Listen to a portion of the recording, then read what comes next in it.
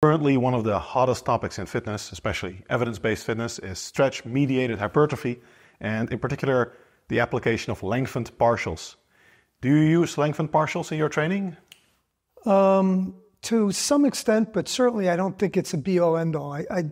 What I think is, and what I think we can infer from the literature, is that the lengthened position has particular importance in hypertrophy. I am still skeptical that that dismisses the effects of the shortened position. We have very limited evidence that lengthened partials are necessarily better than full range of motion training. But I think there's at least a logical rationale for the implementation of at least some lengthened partials. And for me, I think that like any other advanced training technique, it can warrant a place in a routine, but I think it's more of a minimalistic aspect of it. Mm-hmm. And what would be mechanistically the benefits of the shortened position? Well, you know, whenever you talk mechanisms, it's always highly speculative. So it's really not clear what, from a mechanistic standpoint. I would just say that from the longitudinal evidence that we have, most of it seems to show that we don't have a lot of good evidence with lengthened partials versus full range of motion. I was involved in one of the studies which actually showed some benefit, at least with some of the sites, the hypertrophy sites. But, you know, look, there are different mechanistically. The stretch does, we've published on this, has hypothetical benefits from a mechanistic standpoint through Titan, through other mechanisms, stretch-mediated channels. But there's other, first of all, we're still in the very initial stages of understanding mechanisms. So to try to, you know, really piece this together in itself is just a very difficult task. But I would say that at least hypothetically, there could be a rationale where combining the shortened position with the lengthened position may have beneficial effects. I think certainly from a strength standpoint, that's the case. We do know that in general, there is a range of motion specific effect on strength. So you're going to get generally benefits within about 15 degrees in isometric contractions, 15 degrees either side of the angle that you're training at, and that would seem at least to apply to dynamic contractions as well. So if you're really shortening, or I shouldn't say short, if you're leaving out the shortened position, shortening the shortened position, you may reduce your ability to maximize strength at those angles. Yep, definitely. And as you say, the studies are mostly on leg extensions and calf raises. Those are the really compelling studies. The other studies are really flimsy, I would say. And that's probably also not exercises that are necessarily representative of every exercise.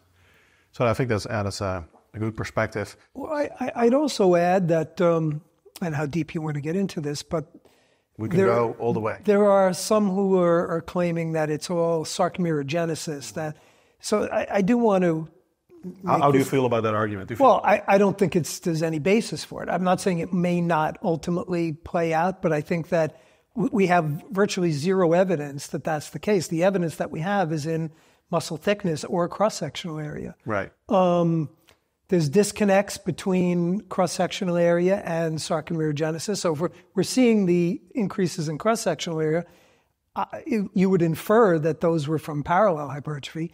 I would also say I'm actually collaborating on a paper on this right now, but it's questionable whether there actually is sarcomerogenesis, whether it actually occurs in resistance training. So we know in certain animal models with extreme forms of either casting a muscle, or a limb or joint where the muscle is in a shortened or lengthened position, that's not what happens, or certainly there's a disconnect between that and resistance training.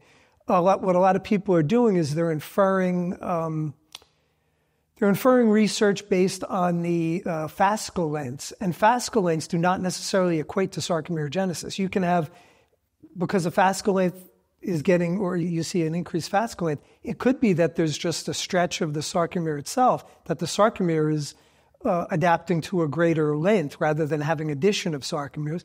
And I'd also say that I'm somewhat suspect even of the fascicle length studies themselves, or at least the modes with which it's studied, because you have to remember that a lot of fascicles terminate intrafascicularly, that we're not seeing the actual fascicles going from origin to insertion, that they're terminating within the fascicle. So I think these are all things that need to be parsed out. And I think the claim that the thought that lengthened partials are just sarcomerogenesis, there's no basis for that. And in fact, the basis that we have is based on muscle thickness and cross-sectional area studies, which the inference would be that it would be from in parallel hypertrophy. Exactly. I think that's a super good point, that if you look at the research that measures hypertrophy, that in itself measures the muscles becoming thicker. Correct. And if the hypothesis is that the muscle is actually not becoming thicker, it's just becoming longer, you would have to have some very questionable mechanism of how that increases in the length. I've seen some model of it. It didn't make a lot of sense to me, but if it becomes longer and then they become kind of bunched up and therefore they are thicker. Right. But yeah, it's very questionable. Exactly. So I'm not, again, completely dismissing the possibility, but I think it's a leap to assume that. And, look, if you're looking at muscle volume, I think then you might have a greater, if you'd see that, but that's not what the studies are looking at. So if we're looking cross-sectional area and thickness, to extrapolate the fact that the in-series hypertrophy would show up as greater thickness or cross-sectional area is, in my opinion, is a leap. And speaking of mechanisms of hypertrophy, one of your early super influential papers in 2010 was, I think it was your PhD dissertation on mechanisms of muscle hypertrophy. It's actually my master's capstone project. Your master's even. Yeah. So that was, I think, the publication that really put you on the map of a lot of people, because you were one of the first to bridge the gap between the research on mechanisms and applying it to program design and really hone in on, okay, what are the things we have to target in our training? And you came up with tension, metabolic stress, and muscle damage as the leading potential candidates to stimulate muscle hypertrophy. Now, tension has been well established for a very long period of time. Metabolic stress and muscle damage have remained more questionable, I would say. Some people have taken this to mean that muscle damage, they essentially equate it with muscle soreness, and metabolic stress with the pump. Is that correct? Is the pump the same as metabolic stress? No. Well, first of all, no. That's kind of a layperson's take on in trying to simplify things like that. But no. And I would say that, I just mentioned, people, again, this is my opinion, that people speculate a lot on mechanisms, and they are doing so with very minimal evidence one way or another. So I think we can say with very good confidence that mechanical tension, which I don't even think a lot of people fully understand what mechanical tension is, and the ramifications of it. But that I think... Could you briefly summarize for like a lay understanding, what is mechanical tension? So tension is the force that's acting, on a broad term, it's the force that's acting upon a muscle, but it can manifest either as a contraction. It can also manifest as passive stretch. So you can passively stretch a muscle and you're putting tension on that. So my point is, I think a lot of people think of mechanical tension and think, well, 1 rep max is your max tension. But again, it goes way beyond that. It's when I say way beyond it, it's certainly that's a factor, the magnitude, but there's also the mode. So whether it's eccentric, isometric, concentric, and there's also a time tension integral. So there's been some interesting research on this. And you can't just look at, if it was all about tension, do 5 1 rep maxes and you should be huge. It should be your maximal hypertrophy, and that's not what happens.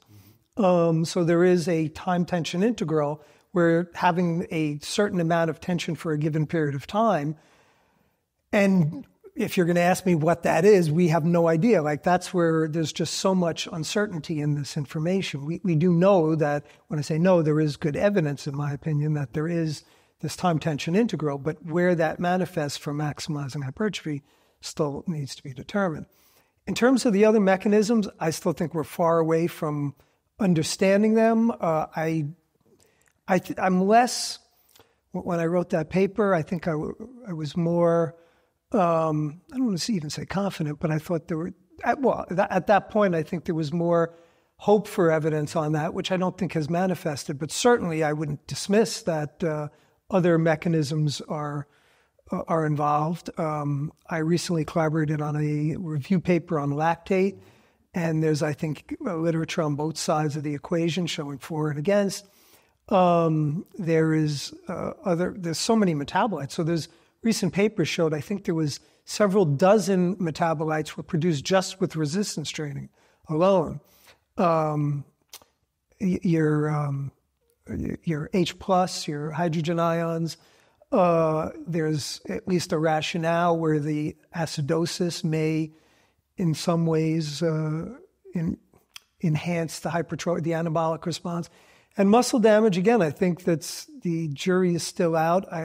I'd say this, that there's quite good evidence that muscle damage does initiate satellite cell activation. We know satellite cells are highly involved. Now, does that mean, so if you just look at it from that standpoint, you can then conclude that, yeah, you need muscle damage. But it might be redundant. These are things, again, that we don't know. And one of the big problems with studying mechanisms is that when you try to manipulate one mechanism, you inevitably will manipulate another in a different way. And it just makes, to tease out the results from this can be very difficult. Yeah, in practice, it's also very difficult to, because if there's tension, there's probably going to be some metabolic stress, and there's also probably going to be some muscle damage, so it's super hard to tease them out. I was just going to say, and it's questionable if you can have any training stress that does not cause some, at least mild muscle damage after the bout, that there'd be some perturbations of the structural integrity of the tissue. Now, how that manifests, again, it perhaps can just be in the extracellular matrix, which the ECM has been shown to have very relevant influence on the anabolic response. So again, this is still, we're in the Wild West in terms of really understanding this. And I think there's some people, particularly influencers, who really don't have any background in the field, and they can make things they want to oversimplify things without really understanding the complexities of these topics and the difficulties in studying them. And from an actionable point of view, do you think soreness and the pump, do they have a lot of bearing on optimal program design? Does it mean much? Is it useful to look at them? So I think soreness, there is a correlation between soreness and damage, but it's certainly not there are other factors that can get involved. Like I said, whether the damage is to the actual tissue, the fibers themselves, or the extracellular matrixes, different types of damage even. Usually you're going to get the soreness and some damage by it comes about through novel prescription. And generally, once you become a trained individual, that's mostly through different exercise selection, so varying exercise selection. If you keep your exercise selection quite similar, you're probably not going to get much soreness. Does that mean you're not growing? No, I don't think there's good evidence. And we see in our studies all the time, which, now again, they're not in elite bodybuilders, but they're in trained subjects for the most part who've been training quite a while. And they grow, and we're doing the same, basically the same program over an 8-10 week period. And they report virtually no soreness by the end they get sore at the beginning of the study, and then several weeks in, they're not sore anymore. Mm-hmm. And I don't think even though we're not testing hypertrophy every week, I don't think they're getting all their growth in those first 2 weeks. What does really matter? What do we know? What are the fundamentals, the absolute essentials? If someone asks you, hey, Brad, I want to get big. I want big biceps. What do I do? Well, the most important thing, the most important thing is consistency, is to train, to do it over and over again, at least several times a week. Training hard is the ultimate, I think that the one thing we can conclude from the literature is that training in a fairly close proximity to failure is going to be the requisite factor in terms of making progress over time. And that was... What is fairly close? Are we talking 5 reps in reserve, 10? I think that's probably, no, right? I think that's pushing it, say 5 or 10, but I think 2 to 3 maybe. Mm-hmm. Again, we don't have good clarity on this, but we did a meta-analysis on this. I'm aware of a study coming out, at least the last I spoke to the person, that seemed to show that within a couple reps of failure, you're getting just as good results as going to full failure. So you need to be training. I would consider that close proximity to failure. I think when you start getting below 2 to 3 RIR, you're probably not stimulating the muscle sufficiently at the beginning. So again, if you're a newbie, yeah, you can be even further away and still get decent gains because you're a newbie and it's a new stress. It's a novel challenge to the muscles. After that, volume has been shown, I think, to be a driver of hypertrophy, an important driver.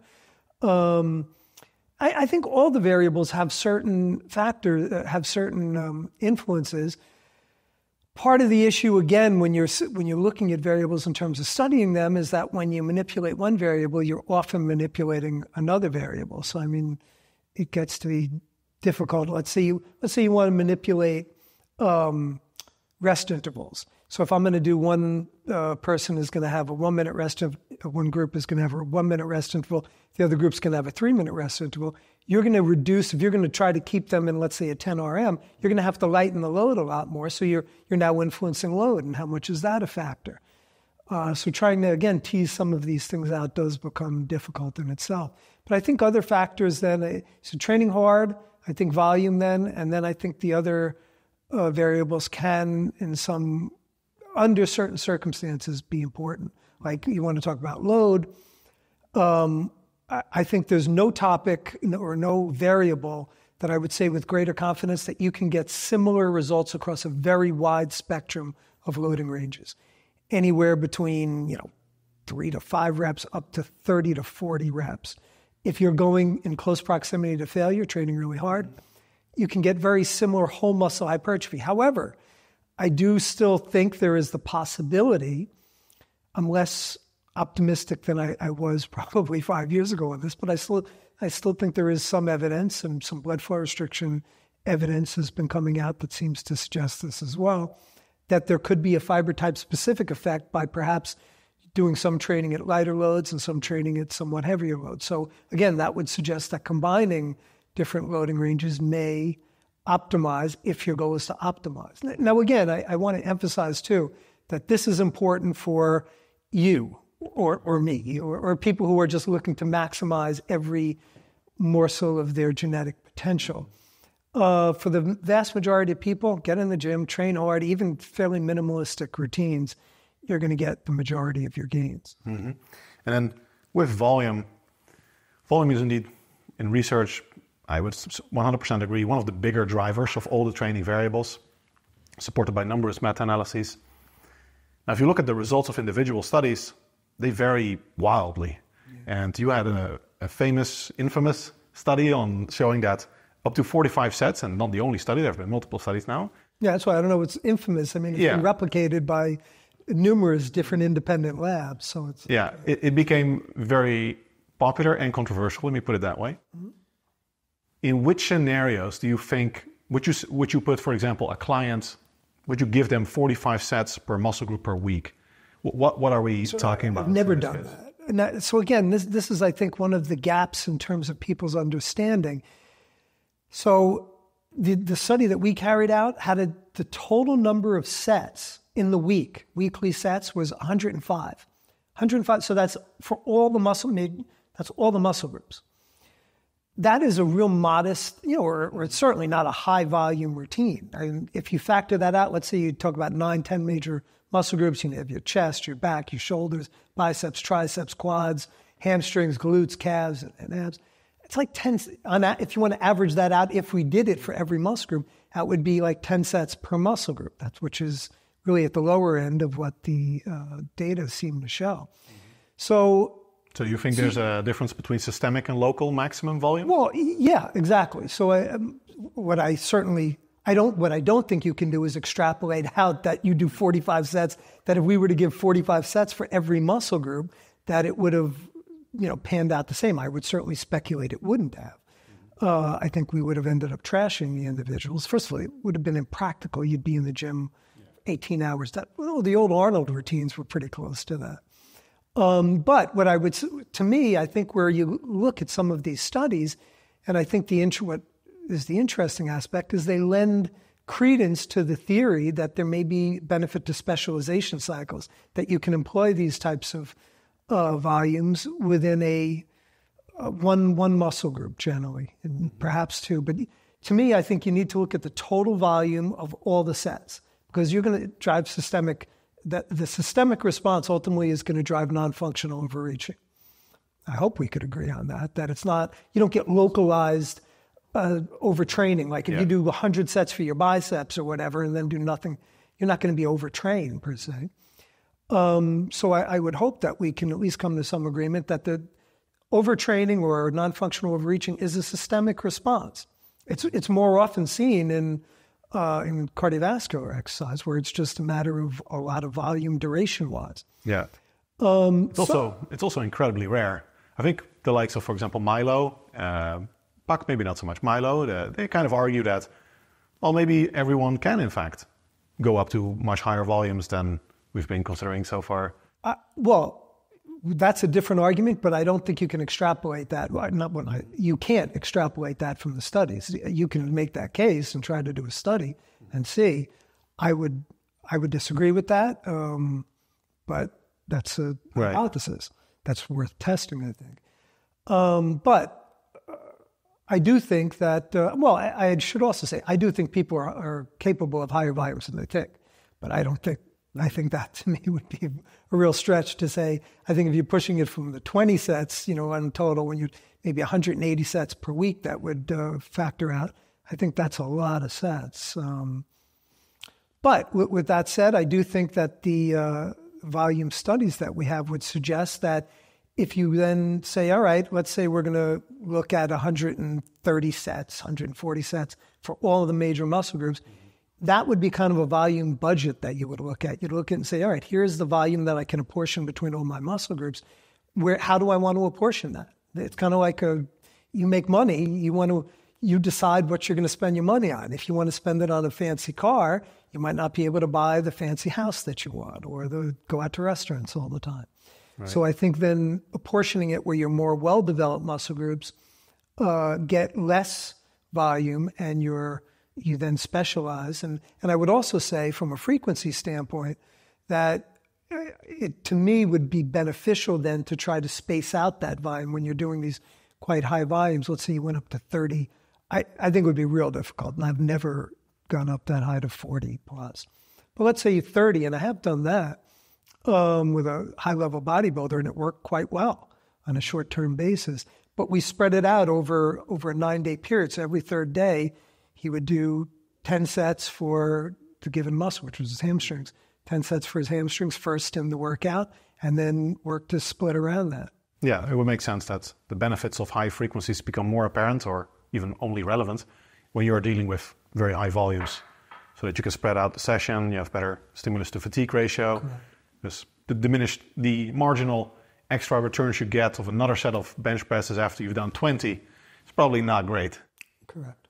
Do you think there's also a time component in the response? So there might be a limitation of total body volume. There might also be a limitation of how long you can sustain a certain volume for. Do you think that would make sense? Like this would work for 8 weeks, but not for 8 months? I do. So again, it's purely speculative on my part, but I think there's certainly a good logical basis for it. So there's I'm sure you're aware of the general adaptation syndrome, which was coined by Hans Selye, an Austrian physicist. And basically it was kind of a basis used for periodization. But it says that the body undergoes a stress response. And we know that the body is extremely resilient. So it can handle a high amount of stress for relatively short periods of time. So I do think that is another volume strategy that you can start with, let's say on a total body basis, a somewhat lower volume, then build up to a more moderate volume, and then have a peaking phase where you have a higher volume, and then restart that. Again, we have no objective data on this. So right. This is just a hypothesis of mine that I've used, and I think it works well, but we need to definitely study that. What about cycling the volume essentially just for the sake of it in a periodization aspect? Do you think it makes sense? Do you think for bodybuilding purposes there's a big need to periodize the training volume? I'm not clear, so come again. Let's say you want maximum hypertrophy.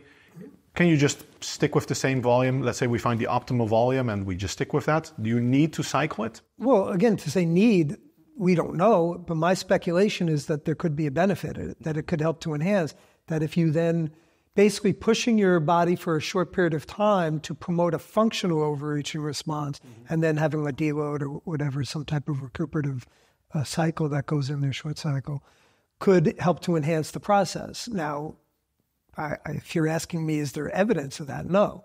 There's no objective evidence, and we have some I have some anecdotal evidence of that, but that is something that needs to be tested. I've used that when working with high-level bodybuilders to good effect, and it does not. I've never had a time where someone has said they really needed that deload, where we basically factored it out and they were just trashed. Mm-hmm. So well, let's switch topic to diet. Mm-hmm. You had another very influential paper on the optimal meal frequency to build muscle, essentially debunking the old idea that you need 6 meals a day, but positing that you probably want about 4 for maximum hypertrophy, based on the available data at the time, which suggested there are very sharp returns to every individual meal in terms of muscle protein synthesis. You get a relatively short response, and also, in particular, a capped response, like 20, 40 grams seems to be pretty much where you maximize muscle protein synthesis. And then just putting in more protein doesn't seem to do a whole lot. Now, we recently had a study that you're also familiar with, you posted about it, by Schoenfeld and I, showing a wildly different result compared to some previous studies at face value, that even 100-gram protein can be used effectively to synthesize muscle proteins for up to 12 hours and probably longer. How have your view shifted on the minimum amount of meals someone would need to maximize muscle hypertrophy? Yeah, so I think the paper that you referred to that I collaborated on with Alan Aragon, I was more leaning towards 3. We talked about 4, but I think even 3 would have, in my opinion, like if you had breakfast, lunch, and dinner that were evenly spaced out, it was more about the spacing, and 4 might maybe have optimized it, but I'm not sure how much difference that would be, 3 to 4, if you're going, let's say, 7 in the morning, 1 in the afternoon, 7 at night, and then going around. So a couple of things. First of all, excellent study by Jorn. And like you said, it did show that 100-gram bolus of protein was just as anabolic as I exceeded the anabolic effect of the 25, which again goes against the fact that the body can only utilize a certain amount of protein. A really interesting study. One study never changes my opinion on anything. So I think, number one, we need a replication of that. But I mean, first of all, Jorn's an excellent researcher, and his lab is an excellent lab from the Netherlands. Come on.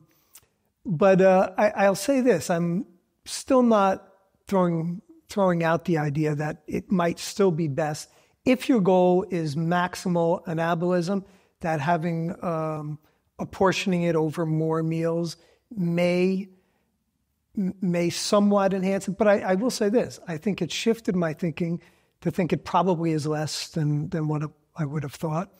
It does kind of line up with some of the intermittent fasting data. Now, the intermittent fasting data overall does not show much. Longitudinal data, where we look at actual hypertrophy, does not show much of a difference between traditional meals that are spread out over the day. There's a lot of issues I have with those types of studies. Trying to get a training study is one thing. When you're trying to get people in doing dietary, when they're not in the gym, and trying to have them know how they're actually eating across a day, I'm skeptical as to the quality, as to the actual accuracy of the data that you end up getting. The researchers can only do what they can do. But unless you're locking them up in a metabolic ward, which they're not, I think you have to take some of that data with some degree of skepticism. But overall, I think it does, I think a couple of things. I think, number one, for the general public, I don't think there's any difference at this point. I would, well, again, within the context of a single study that I think needs replication, but based on this data and taking it at face value, I think for the average person, you want to eat, you'd say 1 meal a day if they can get 130 grams, whatever it is, their optimal protein intake in. They did cap it. They did say that they thought it could go higher than 100. That's speculative. You have to also remember, I think the one thing that's important to realize is that This was not a longitude. They didn't look at muscle growth. So they were looking at muscle protein synthesis. And you cannot necessarily take what happens in an acute study like this and extrapolate that it would continue to occur over weeks and months at a time. So the body there may be a refractory effect where ultimately the body would not do as well. So it could have been just a novel response to getting that much protein. We don't know. And I think that it bears more study, but really interesting results that I do think at least has shifted the thinking to skepticism on the topic. Mm-hmm.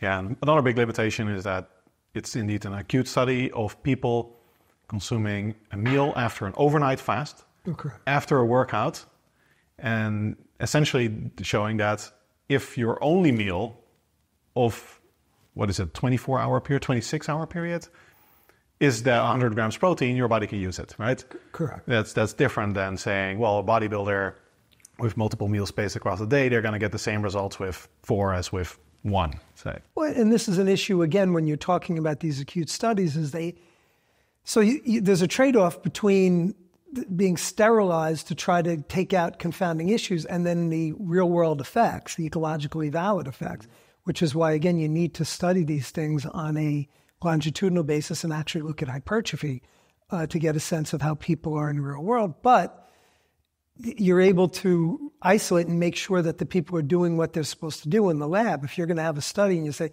all right, I want you to eat just one meal a day and have 190 grams of whatever, 160 grams of protein in that meal and then not eat for the rest of the day, you got college kids or whatever. I mean, how do you know what they're going out to McDonald's at night and saying, yeah, I had my protein shake in the morning. So if you had to put a number on it, advanced bodybuilder seeking to maximize every ounce of muscle, what would be the minimum meal frequency? Let's say everything's optimized, spaced out. Are we talking 2, 3, 1? 3 to 4. Right. I think 3 to 4. And again, I think when you're talking bodybuilding, it's really difficult especially if you're looking for maximal muscle growth when you want to be in at least a small surplus, and you're somewhat bigger bodybuilders. Let's say you weigh 90 kilos.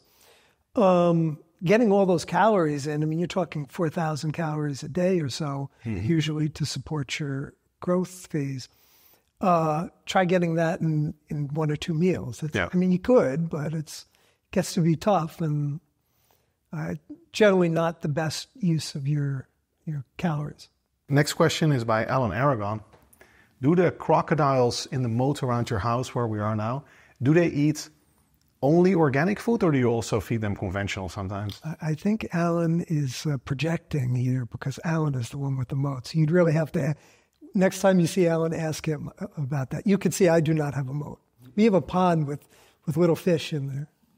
Yeah, we had some issues with Alan's mansion and the airport at his mansion. Yes, so we couldn't get in there. But I'll definitely interview him at some point. Let him know. All right, thank you so much for the interview.